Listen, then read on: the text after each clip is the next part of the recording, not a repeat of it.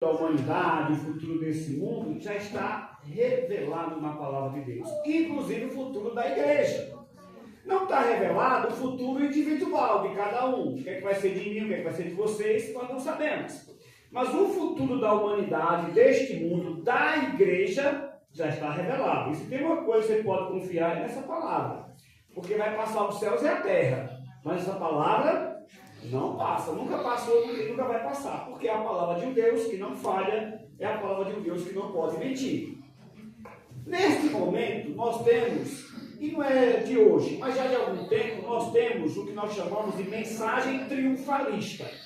O que são as mensagens triunfalistas? São igrejas, pastores, que pregam um futuro otimista, um futuro brilhante, um futuro glorioso. Não só para as pessoas individualmente, mas para a igreja de uma maneira geral. Irmãos, eu gostaria muito que esse povo tivesse certo. É sério, eu gostaria muito, porque são pregadores, são coach, né? Hoje está na moda esse negócio de coach, né? E, nossa, as pregações você sai de lá, rapaz, você sai ligado com 220, e se você encontrar um leão na rua, você mata que nem Davi, com as próprias mãos. Você sabe que você sai up, né? Depois fala, então dá um up. Então é uma visão triunfalista de um mundo bom, de um mundo vitorioso.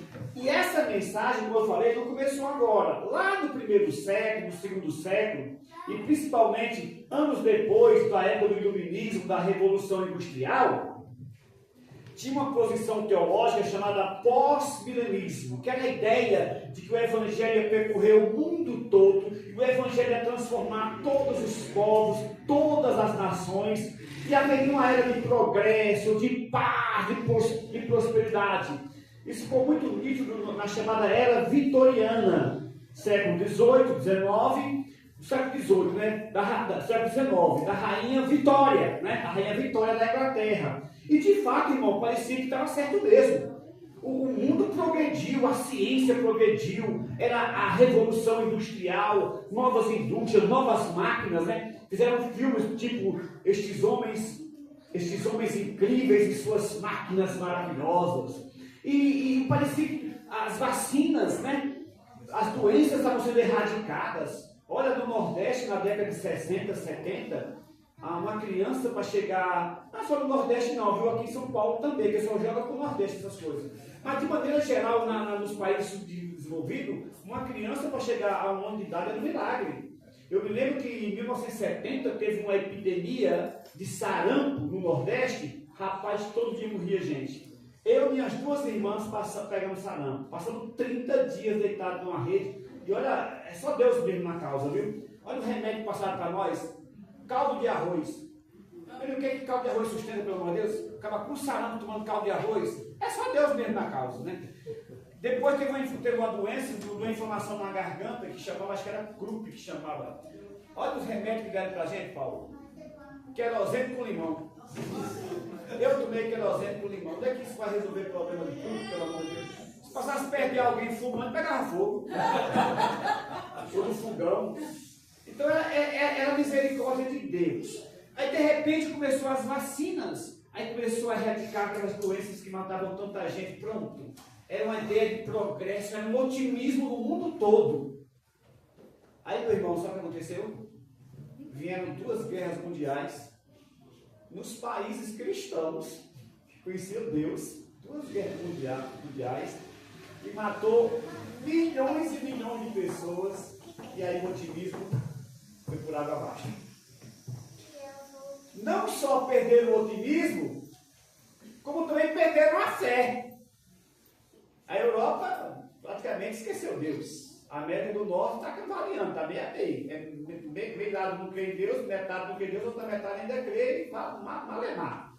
E agora, nos países subdesenvolvidos, como às vezes essa pregação triunfalista, né? De um mundo tal, de vai ser tudo bom, e vamos vencer, e vamos para cima, sabe, aquela coisa motivacional. Meu querido, eu vou dizer uma coisa para você. O futuro não tem nada de otimista. E não é porque eu não queira, que eu até gostaria que fosse. Eu tenho filhos, eu tenho netos, e eles vão viver num mundo pior do que está agora. Se está ruim agora, vai ser pior. Jeremias usa uma frase que diz o seguinte: se você está cansado, se você está fatigado andando com homens que vão a pé, como é que você vai aguentar andando com homens que vão a cavalos? O que Jeremias vai dizer é o seguinte: está ruim agora, pois aprenda a ter resiliência, se fortaleça, que vai ficar pior. Agora você está concorrendo com quem anda a pé, mas na frente você vai ter que correr com gente correndo a cavalo, andando a cavalo. E de fato esse é o futuro. Não há esse otimismo esperando por nós. E pela igreja, pastor? Pela igreja é outra história. Mas eu posso adiantar para você que em primeira mão também não vai ser um otimismo lá. E é sobre isso que eu queria falar nessa noite, encerrando o aniversário da Igreja Maranata. O futuro da igreja. Eu quero trazer aqui para os meus irmãos 3 verdades acerca do futuro da igreja. Apenas 3. A primeira verdade. A voz da igreja vai silenciar. Essa é a primeira coisa que nos espera. A voz da igreja vai ser silenciada. A voz da igreja, que é a pregação do Evangelho, que é a palavra do Senhor e Salvador Jesus Cristo, essa voz vai ser silenciada. Por vários ismos do mundo, vários ismos. Modernismo, secularismo, é cheio de ismo, né? Materialismo, hedonismo, e por aí vai, satanismo, espiritismos, e por aí vai. A voz da igreja vai ser silenciada. E quem está dizendo isso não sou eu, é o próprio dono da igreja. Aí você vai dizer, mas pastor, o senhor pode provar o que está dizendo? Posso. Abra sua Bíblia para o Evangelho de Mateus, capítulo 24. O Evangelho de Mateus, capítulo 24, nós encontramos o que se chama de sermão profético de Jesus.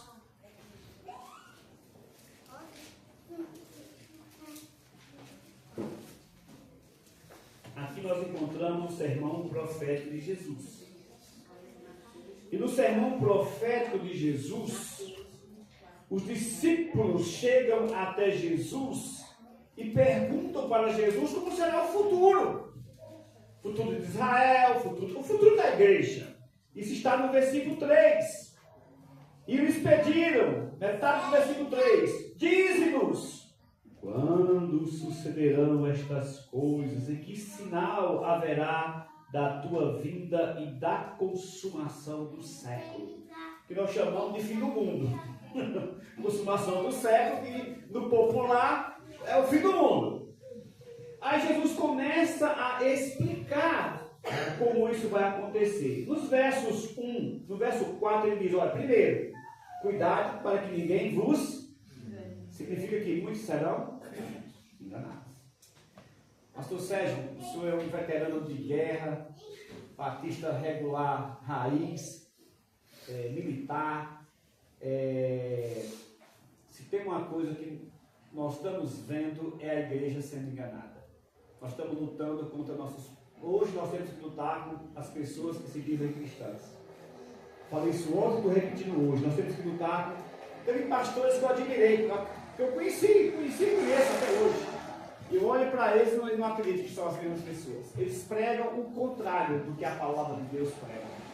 Eles são importantes, são influentes, estão na mídia, estão na televisão, sabe? Se você perguntar quem é o pastor Paulo, o pastor Helder, o pastor Sérgio, ninguém vai saber. Agora pega, se eu disser o nome de um deles, todo mundo sabe. E eles estão pregando o contrário da palavra de Deus. Porque Cristo já tinha dito para nós, cuidado para que ninguém vos, porque muitos serão enganados. E tem outros que não estão sendo enganados, estão se vendendo mesmo para um evangelho fraudulento. Estão se vendendo, essa é a verdade. Ele diz, olha, haverá muitos falsos profetas, pessoas falando que vão vir no meu nome, vai haver guerra, rumores de guerra, terremoto, nação contra nação. Fala em terremoto, agora eu estou ficando com medo já, viu? Começou na terra começou no peruano aqui, né? Na sua terra teve terremoto, aí foi para Venezuela, Colômbia, Espanha, Indonésia, que mais? Então, como é que chegar aqui em Taubaté, telefona para mim, que dá tempo de eu correr, antes de chegar em São José. Então o negócio está ficando, a situação, a gente está vendo as coisas realmente acontecer. Esses são os sinais. Agora preste bem atenção ao que ele vai dizer aqui.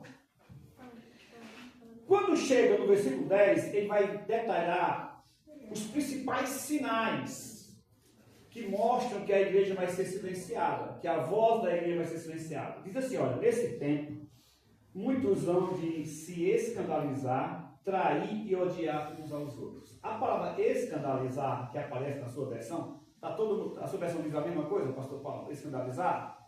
Sim. A sua também diz? Essa palavra na língua original é um verbo, escandalizo. Só que escandalizo, às vezes, é traduzido como tropeço. A palavra na língua original literalmente significa, sabe o quê? Uma armadilha. Literalmente é como se fosse um laço, um passarinho, uma armadilha. Então, em português é traduzido como escândalo, mas em outras passagens da Bíblia é traduzido como tropeçar, como tropeço.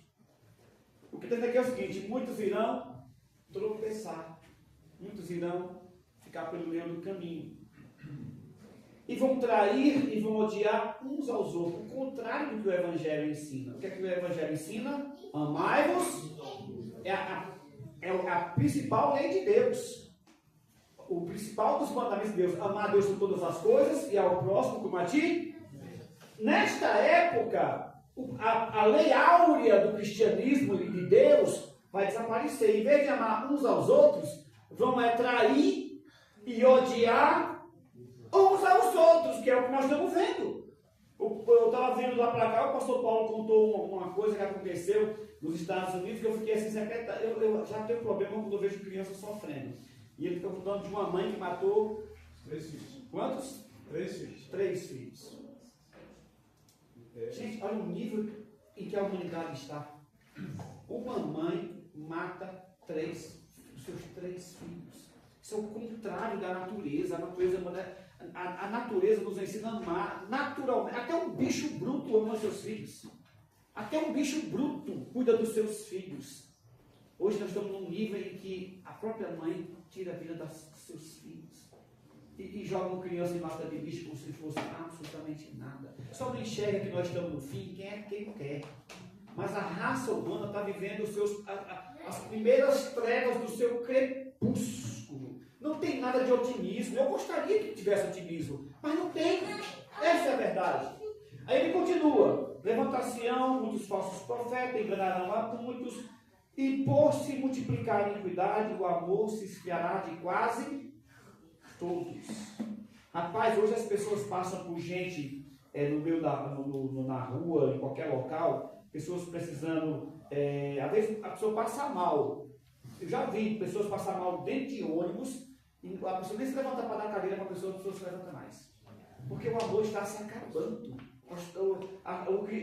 A falta de Deus é tamanha, e sem Deus ninguém vai amar ninguém. É a lei da teoria da evolução. É cada um por si. É a lei do mais forte, que é o que ensina nas faculdades, é o que ensina na televisão. Isso aqui não vale nada. O que vale é as teorias da evolução, são as filosofias humanas pagãs e satânicas. Mas preste atenção numa coisa aqui. Ele diz aqui: aquele, porém, que perseverar até o fim, esse será salvo. Então, haverá aqueles que ficarão primeiro do caminho? Mas haverão também aqueles que irão perseverar até o fim. A questão é qual lado que nós vamos ficar. Mas esse é o futuro da igreja. A igreja vai ser silenciada. Recentemente mandaram um vídeo para mim, não sei se foi o João que mandou para mim, alguém mandou um vídeo para mim da Inglaterra, um pastor sendo preso na Inglaterra, que estava pregando o evangelho no meio da rua. Foi você que mandou, Paulo? Você que mandou para mim? Alguém mandou para mim. Um pastor, estou falando da Inglaterra, um país que fez parte da reforma protestante, um país que junto com os americanos foram os primeiros a criar a liberdade de imprensa, a liberdade de expressão, a liberdade religiosa. Ou seja, as outras religiões vão para a Inglaterra e tem liberdade, é muçulmano, islâmicos, muçulmanos, hindu, xitoísta, tudo tem liberdade. O pastor foi pregar, o evangelho foi preso. Hã? Aqui em São Paulo? Olha a situação que nós estamos chegando. Eu estava numa reunião outro dia, eu falei isso aqui ontem, se eu não me engano, e o vereador falou que foi destruir folheto evangélico. Ele é pastor, não foi coisa política, foi distribuir coisa evangélica, evangelizar. E disseram que era proibido. Como ele é vereador, foi lá na prefeitura procurar saber disso, é mesmo. Tem uma lei estadual, não é municipal, é estadual, que diz que é proibido evangelizar nos semáforos. Mas a molecada da faculdade interdita o semáforo para beber cachaça, para pedir dinheiro para beber cachaça, está tudo bem. Agora entregar um folheto para falar de Deus é proibido. Olha a situação que nós estamos chegando. E você acha que vai melhorar? Não vai. Os homens vão de mal? Então esse é o futuro, irmão. Infelizmente, não se anime com uma pregação triunfalista, que nós vamos para cima, e nós somos mais que vencedor, que nós somos cauda, nós somos cabeça, não somos cauda. Não é verdade. O futuro da humanidade e o futuro da igreja é que a voz da igreja vai ser silenciada. A única voz contra tudo que está aí é da igreja.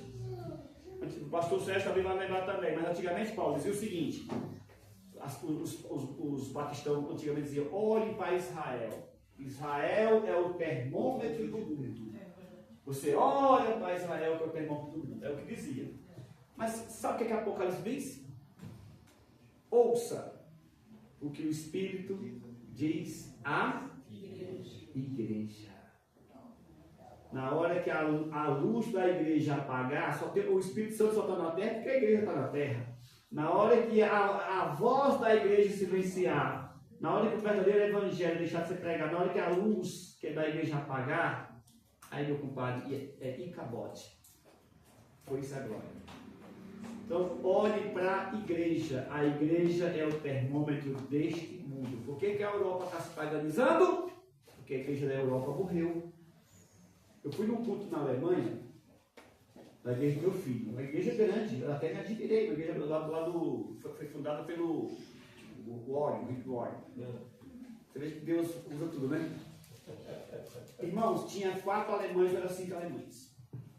O resto era só estrangeiro. Era latinos, era indianos, era africanos. O próprio pastor, o pastor era um africano, pregava muito bem o sinal.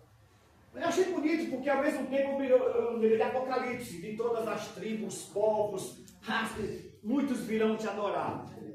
Quando eu cheguei lá, eu vi logo um sotaque pernambucano, eu disse: opa! Você eu entendo o que você está falando. Eu olho para mim, somos do Brasil, tá de Pernambuco, a menina, com aquele sotaque pernambucano. 5 alemães estavam na igreja, 5 alemães. O resto é tudo estrangeiro. Eu fui um culto na Áustria, lá em Viena, do mesmo jeito. Eu acho que lá em Viena só tinha 2, se eu não me engano. O resto tudo estrangeiro. Asiático, muito japonês, muito chinês, muito indonésio, muito africano, muito ex-muçulmanos. Eles foram para a Europa, lá se converteram, mas muito muçulmano convertido lá. Incrível, né, rapaz, as coisas. Mas a igreja que levou a reforma e o evangelho para o mundo, essa morreu. Ok. Olha 1 Timóteo capítulo 3, de 1 a 9. Jesus falou isso, e o apóstolo Paulo vai repetir praticamente o ensino de Jesus em 1 Timóteo, não, 2 Timóteo 3, 19, de 1 a 9. 2 Timóteo 3, de 1 a 9. Olha o que Paulo vai dizer, o apóstolo Paulo. Sabe, porém, isso. Nos últimos dias, falando de quê? A consumação, o final das eras. O que vai acontecer nos últimos dias? Sobrevirão tempos maravilhosos. É isso que está aí? Não. O que diz aí? Tempos trabalhosos. Tempos o quê? Difíceis na sua versão. Na dela, trabalhosos. Nos últimos dias sobrevirão tempos difíceis. Eu gostaria de dizer: olha, vai ser bom demais. Não, irmão, vai ser difícil. Vai ser tempos difíceis. Já está sendo difícil. Serão tempos difíceis, pois os homens serão egoístas, avarentos, jactanciosos, arrogantes, blasfemadores, desobedientes aos pais. E vai uma lista aqui terrível. O pastor Hernandes Dias Lopes, uma vez pregando, ele resumiu estes homens em 3 grupos. E ele não está errado. Na realidade, seriam mais grupos, mas ele resumiu em 3 grupos que está certo. Diz assim, olha, pois os homens serão, a minha versão coloca egoístas. A sua versão coloca o quê? Também. Egoístas. Egoístas. Nós estamos vivendo a era do egoísmo. É cada um por si. Antigamente era Deus por todos, agora é cada um por si e nem Deus está mais na história. Os homens ficaram egoístas. Porque os homens sem Deus, eles se tornam egoístas. E a palavra no original que aparece aí é a palavra philaftos. Literalmente significa amantes de si mesmos. Só ama a si próprio. Aí você vê os casamentos destruídos, por quê? Porque o casamento é o seguinte, casamento você casa para poder amar o seu cônjuge, não se amar. A se amar você não casa não, fica do jeito que está. E é difícil, nós estamos num mundo que diz para nós que nós não podemos se sacrificar por ninguém, nem pelo seu cônjuge. Pelo contrário, se seu cônjuge torrou sua paciência, vai embora, e assim vai. Então, até o matrimônio, nós estamos vivendo a era do egoísmo. Rapaz, eu vejo uma separação que você não acredita nos motivos. É cada coisa que... Peraí, vocês vão se separar. É isso aí. Mas é o que o mundo ensina. Seja você, ame você, não aceite nada. Sabe, é a era dos relacionamentos descartáveis. Mas é o que está aqui na Bíblia. O que está acontecendo aqui, homens aqui é humanidade, não é homem macho, é humanidade, homem e mulher. As pessoas serão egoístas, vão amar a si mesmos. Aí fala uma segunda coisa, os homens serão avarentos. E aqui no original, de novo, literalmente amantes da prata. Os homens vão amar o dinheiro, certo? La plata. Os homens serão, a palavra filargueiros, literalmente amantes da prata, amantes do dinheiro. Meu amigo, o dinheiro tem gente que vende a mãe. Eu fiquei sabendo que tem um mercado agora na Indonésia, não sei quais países asiáticos, né?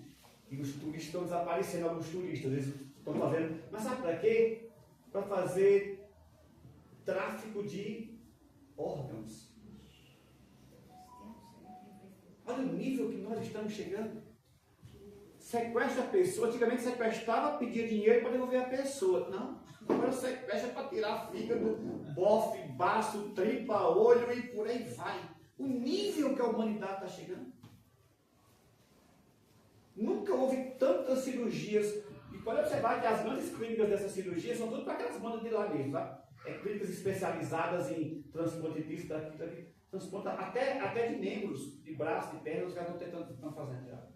Aí a pessoa vai fazer um turismo ou é contratado para trabalhar numa empresa, desaparece. Porque os homens agora amam a prata, amam o dinheiro. O dinheiro é mais importante do que a vida humana. E só é surpresa para quem não conhece a palavra de Deus, mas quem conhece a palavra de Deus não é surpresa para ninguém não. E por último ele diz assim, os homens amarão a prata, os homens amarão também os prazeres. Versículo 3 ainda. Serão egoístas, não, versículo 3 não, um pouco mais para frente. Onde é? 2, arrogantes, controladores. Onde é que fala isso aí, mano? 4. Amigos dos prazeres. Literalmente, versículo 4. Amigos dos prazeres. Literalmente é isso mesmo. É o hedonismo. É o prazer pelo prazer. Olha, Deus não é contra prazer. Nós até cantamos aqui vários hinos que falam de gozo, né? Deus não é contra o prazer. Deus é contra o pecado. O prazer que não é pecaminoso, Deus é a favor. Agora, o prazer pecaminoso, Deus é contra. Então Deus não é contra o prazer, como algumas pessoas pregam. O Deus dos cristãos parece que é um Deus que não gosta de...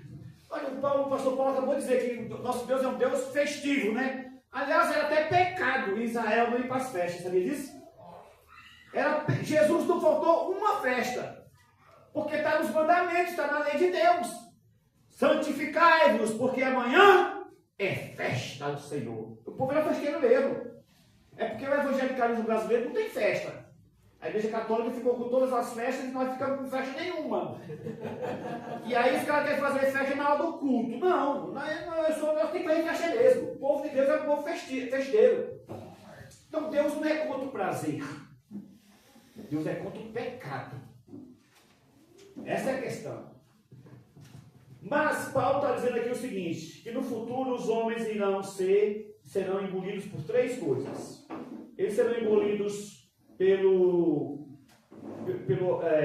serão amantes de si mesmo, egoísmo, amantes da prata, materialismo, amantes do prazeres, hedonismo. O próprio Cristo tinha dito para nós, o mundo jaz no... O que é jazer?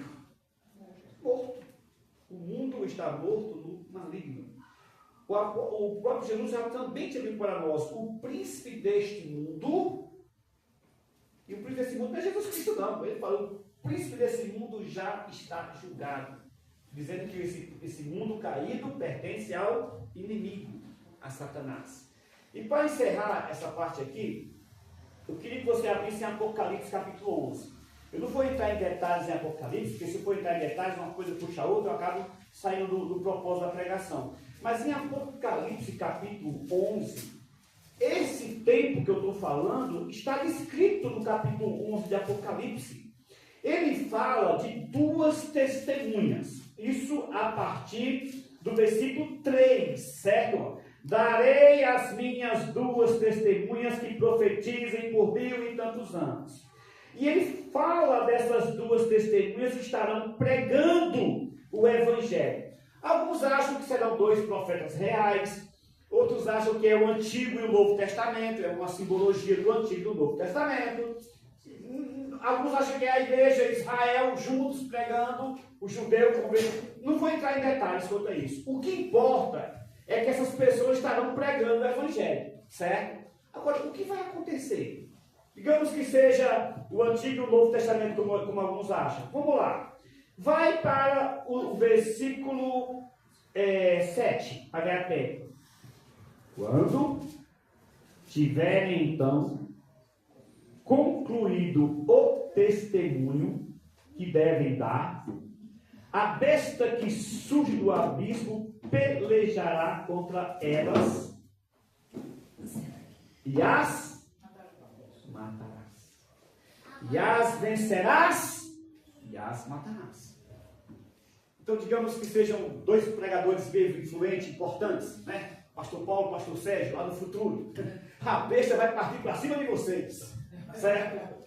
E coitado, vai matar. Está aqui, ó. Está aqui no versículo 7. É duro, né? O futuro desse, rapaz. Mas vamos lá. E olha como é que o mundo vai reagir quando silenciar essas duas testemunhas. Quando a voz da profecia for silenciada, quando a pregação for cessada, como é que o mundo vai reagir? Olha o versículo 8. E o seu cadáver ficará estirado na praça da grande cidade, que espiritualmente se chama Sodoma e Egito, onde também o seu Senhor foi crucificado. Então muitos dentre os povos, tribos, línguas e nações contemplam os cadáveres das duas testemunhas por 3 dias e meio, não permitem que esses cadáveres sejam sepultados. Os que habitam sobre a terra ficam tristes, se alegrarão por causa deles. Realizarão o quê? Festas. Enviarão presentes uns aos outros. Por quê? Porque esses dois profetas atormentavam os que moravam sobre a terra. Esse é o futuro da igreja. Eles vão silenciar a nossa voz. Daqui a pouco, meu irmão, já está acontecendo. Criarão leis que vão proibir a gente falar de Deus, falar de Jesus. Daqui a pouco vão criar leis. Você lembra da pandemia? todo boteco, todo bar era aberto. Só não podia abrir a igreja. Se abrisse a igreja, o pastor ia preso. Os bar tudo cheio. Escola fechada, igreja fechada. Mas os botecos, os bar, os cachaceiros, tudo vai de festa. Só a igreja que não podia abrir. Se abrisse a igreja, o pastor ia processar. Ela não foi. Foi ou não foi? Então daqui a pouco vão criar leis. Agora, por exemplo, se você prega contra uma coisa que a Bíblia fala que é pecado, hoje, agora como é que chama? É racismo. Já comentaram racismo estrutural, racismo bichístico, racismo, não sei, inventa qualquer coisa para que a igreja não possa falar. Esse é o futuro. A voz da igreja vai ser silenciada. Segunda verdade, a voz da igreja vai voltar a clamar no arrebatamento. Porque Jesus falou o seguinte, olha, vai acontecer isso, lá em Mateus capítulo 24. Porém, o que perseverar será salvo. Agora volta lá em Mateus capítulo 24. Eu vou ser bem rápido, irmãos, eu não vou demorar não. Vou ser rapidinho aqui. Mas olha só, ao mesmo tempo em que o mundo tenta calar a igreja, e entre aspas, conseguirá, o próprio Jesus nos dá uma dica. Ele diz o seguinte, Mateus capítulo 24, versículo 13. Aquele, porém, que perseverar até o fim será salvo. E será pregado este evangelho do reino por todo o mundo para testemunho a todas as nações. E só depois disso é que virá o fim. Olha o versículo 30 do sermão de Jesus. Versículo 29, sermão de Jesus. Mas calma. Quando o mundo estiver festejando que a igreja morreu, que o cristianismo morreu, que ninguém mais prega a palavra de Deus, sabe o que vai acontecer? Versículo 29. Logo em seguida, a tribulação daqueles dias, o sol escurecerá e a lua não dará sua claridade. E as estrelas cairão do firmamento e os poderes do céu serão abalados. Então, aparecerá no céu o sinal do Filho do Homem. Todos os povos, aqueles que estavam festejando, todos os povos da terra, aqueles que estavam festejando, se lamentarão e verão o Filho do Homem, Jesus Cristo, vindo sobre as nuvens do céu com poder e muita glória. E ele enviará os seus anjos com grande clangor de trombeta, os quais reunirão os seus escolhidos dos quatro ventos de uma a outra extremidade do céu. Quando eles começarem a festejar, dizendo, ganhamos, acabou esse negócio de Jesus Cristo, acabou a igreja, acabou Deus, acabou o cristianismo, acabou a Bíblia. Eis que vem o Senhor da glória, o Senhor do universo. A igreja volta a falar, volta a ser triunfante. A voz da igreja será restaurada. E isso está claro no próprio livro de Apocalipse que eu acabei de ler. Vamos lá, Apocalipse capítulo 11. Veja que eu parei a leitura de Apocalipse capítulo 11 no versículo 10. Quando o povo festeja a morte das duas testemunhas. Agora, olha o versículo 11, o que diz Apocalipse. Mas, depois de 3 dias e meio, lembra até a ressurreição de Jesus, né? 3 dias, né? Depois de 3 dias e meio, um espírito de vida, vindo da parte de Deus, neles penetrou. Quem é eles aqui? As duas testemunhas que estavam mortas, os cadáveres estavam lá, 3 dias e meio expostos, o mundo comemorando porque acabou a pregação do evangelho, acabou o cristianismo. De repente veio o Espírito e entra neles. E o que acontece? Eles se erguem sobre os pés e aqueles que os viram sobreveio um grande medo. E as duas testemunhas ouviram grande voz vinda do céu, dizendo-lhes, subi para aqui. E subiram ao céu numa nuvem, e os seus inimigos as contemplaram. Naquela hora houve grande terremoto e ruiu a 10ª parte da cidade, e morreram nesse terremoto 7.000 pessoas, ao passo que as outras ficaram sobremodas aterrorizadas. E finalmente deram glórias a Deus. Finalmente vou dizer, meu Deus, Deus existe de verdade. Só que isso aí já complementa o que Paulo já tinha dito a nós, lá em Efésios. Todo olho verá, todo joelho e toda língua que Jesus Cristo é o Senhor. Na hora que estão festejando a morte da igreja, eis que o Espírito Santo de Deus vem sobre o seu povo e a igreja volta a pregar, proclamar. Só que aí não tem mais jeito. Aí já é um arrebatamento da igreja. Quem é de Deus, quem não é de Deus. Porque essas pessoas vão dar glória a Deus, não porque crê em Deus. É porque não tem outra solução. Não tem outra coisa para dizer. Deus. Imagina, meus irmãos, algumas pessoas perguntam, como é que vai ser a volta de Jesus? Tem até uns que fazem piada. Aí como é que vai ser? Ele vai aparecer no Japão, lá está de dia no Japão. Aí vai lá no Japão, mas no outro dia vem aqui, porque aqui está de noite, né? Todos. A Bíblia fala que esse universo vai ser enrolado. É isso que a Bíblia fala? De pergaminho. Lembra dos pergaminhos, pastor Paulo? Vai ser assim, ó. É como se Deus pegasse o universo e assim, ó. Enrolando, como se enrola um.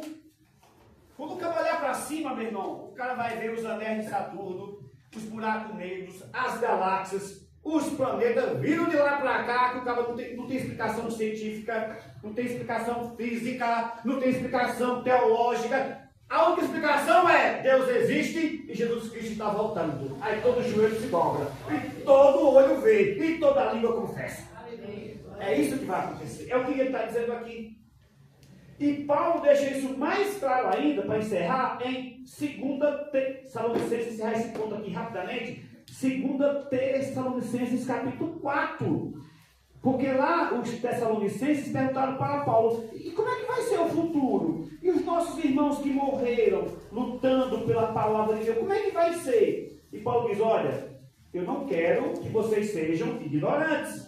2 Tessalonicenses capítulo 4. Ele diz assim, olha, eu não quero que vocês sejam ignorantes em relação aos que morreram, aos que dormem. É 2 Tessalonicenses 4, 13 e 18. Não, é 1 Tessalonicenses 4, 13 a 18. Primeira.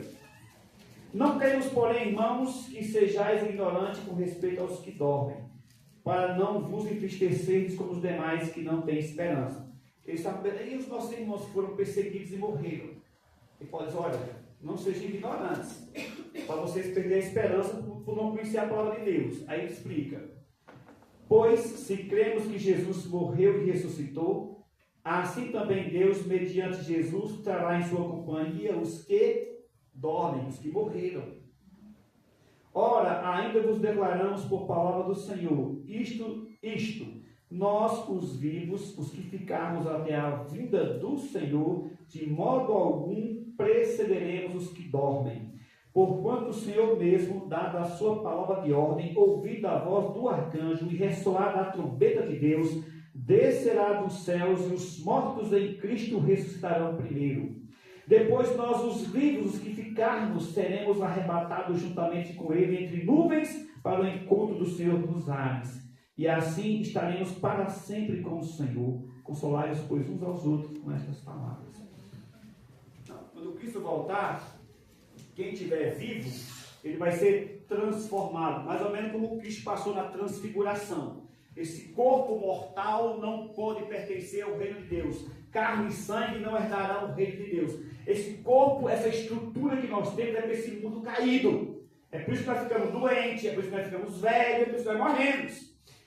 Então, quem estiver vivo na volta de Jesus, esse corpo será transformado, mais ou menos com a transfiguração de Jesus. E quem morreu? Quem morreu vai ser ressuscitado, para ter o mesmo corpo. E juntos nos encontraremos com Jesus nos ares. Então, qual é o futuro da igreja? Primeiro, a volta da igreja vai ser silenciada. Segundo, a voz da igreja vai ser restaurada no arrebatamento. E por último, a igreja de Cristo será vitoriosa. A igreja de Cristo triunfará na eternidade. Então, esses pregadores triunfalistas, eles só erram por um motivo. Eles querem uma igreja triunfante aqui, nesse mundo caído. Mas há uma igreja triunfante, não nesse mundo caído, mas no reino de Cristo. Se eles pregassem isso no reino de Cristo, eu diria amém. Mas eles querem uma igreja triunfante na terra, onde o pecado só aumenta. É impossível. E o que a Bíblia diz? Será que o pastor está certo nessa argumentação? Está errado. Não, olha só, Hebreus capítulo 12. Irmãos, 5 minutinhos eu estou terminando. Hebreus capítulo 12. Hebreus já tinha dito isso para nós. Hebreus capítulo 12, a partir do versículo 22. Olha só qual é a igreja triunfante, onde ela vai estar. O autor de Hebreus diz o seguinte: mas tende chegado ao monte Sião e à cidade do Deus vivo. A Jerusalém terrena? Não. Jerusalém celestial. E há incontáveis hostes de anjo e a universal assembleia. Veja que a universal está certa. Aqui, ó. Amarrado. E a universal assembleia e igreja dos primogênitos arrolada nos... Aonde? É essa a igreja que vai triunfar. Ela está arrolada, ela vai ser habitada, ela vai existir no céu, no novo céu e na nova terra. E a Deus, o juiz de todos, e aos espíritos dos justos aperfeiçoados, e a Jesus, o mediador da nova aliança, e ao sangue da aspersão, que fala coisas superiores aos que o próprio Abel. Então, esta igreja aí é a igreja vitoriosa. E ele vai repetir um pouco mais na frente aqui de novo. Deixa eu ver se eu acho aqui rapidamente. Deixa eu ver o versículo. Ele vai dizer de novo da igreja no céu. Deixa eu ver se eu acho aqui. Não, acho que é só aquela passagem. Não, é o versículo 22 já falei, né? Mas tem mais uma vez, acho que é 26.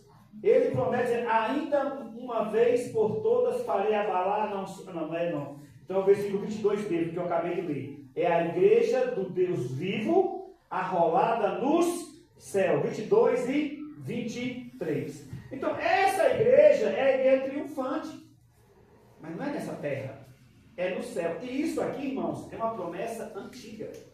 Desde o Antigo Testamento, que esse povo, habitando no novo céu, na nova terra, que Jesus chamou de seu reino, o reino de Cristo, já estava sendo profetizada. Quer ver um exemplo? O Salmo Messiânico 89. Salmo Messiânico 89. Se você olhar desde o Antigo Testamento, essa ideia de uma igreja triunfante nos céus já aparecia. Olha o Salmo 89. Cantarei para sempre as tuas misericórdias, ó Senhor. Os meus lábios proclamarão a todas as gerações a tua fidelidade. Pois disse eu, 89, pois disse eu, a benignidade está fundada para sempre.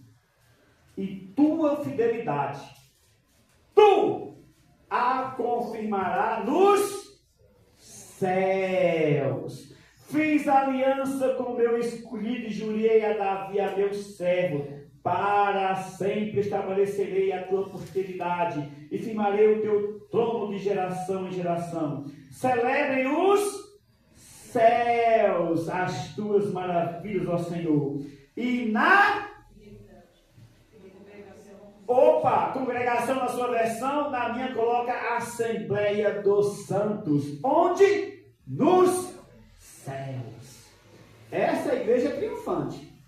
Nessa terra aqui, nessa terra ela vai ser silenciada, mas ela vai existir eternamente nos céus. E eu concluo de novo com Apocalipse capítulo 21. Aí eu peço que você fique de pé, para nós encerrarmos mais uma vez com Apocalipse capítulo 21. Como será então o final da história da igreja? O final da história da igreja é este aqui mais uma vez. De novo céu e nova terra. Pois o primeiro céu, aquele que eu falei que vai ser enrolado, e essa terra corrompida, passaram. Já passou. Mas eu vi também a cidade santa, a nova Jerusalém, que descia de onde? Do céu, de Deus, da parte de Deus, enfeitada como uma noiva adornada para o seu esposo. Então ouvi grande voz vinda do trono dizendo: eis o tabernáculo, ou a igreja de Deus com os homens. Deus habitará com eles. Eles serão povos de Deus, e Deus mesmo estará com eles. E me enxugará dos olhos toda lágrima, e a morte já não existirá. Já não haverá luto, nem pranto, nem dor, porque as primeiras coisas passaram. E aquele que está sentado no trono disse: eis que faço nova todas as coisas, e acrescentou: escreve, porque estas palavras são fiéis e verdadeiras. E disse ainda: tudo está feito, eu sou o Alfa e o Ômega, o princípio e o fim. Eu, a quem tem sede, darei de graça da fonte da água da vida. O vencedor herdará estas coisas, e eu lhe serei Deus, e ele me será. Qual é o futuro da igreja? Eles vão tentar silenciar a voz da igreja. No arrebatamento, a voz da igreja vai ser ouvida. E finalmente a igreja vai triunfar. Não vai sobrar prefeitura, governo, ONU, não vai sobrar ONGs, não vai sobrar nenhuma instituição humana. A única instituição humana que vai permanecer para sempre é a igreja do Senhor e Salvador Jesus Cristo. Maranata, ora vem, Senhor Jesus. Amém. Deus abençoe. Senhor, muito obrigado por tua palavra. Obrigado.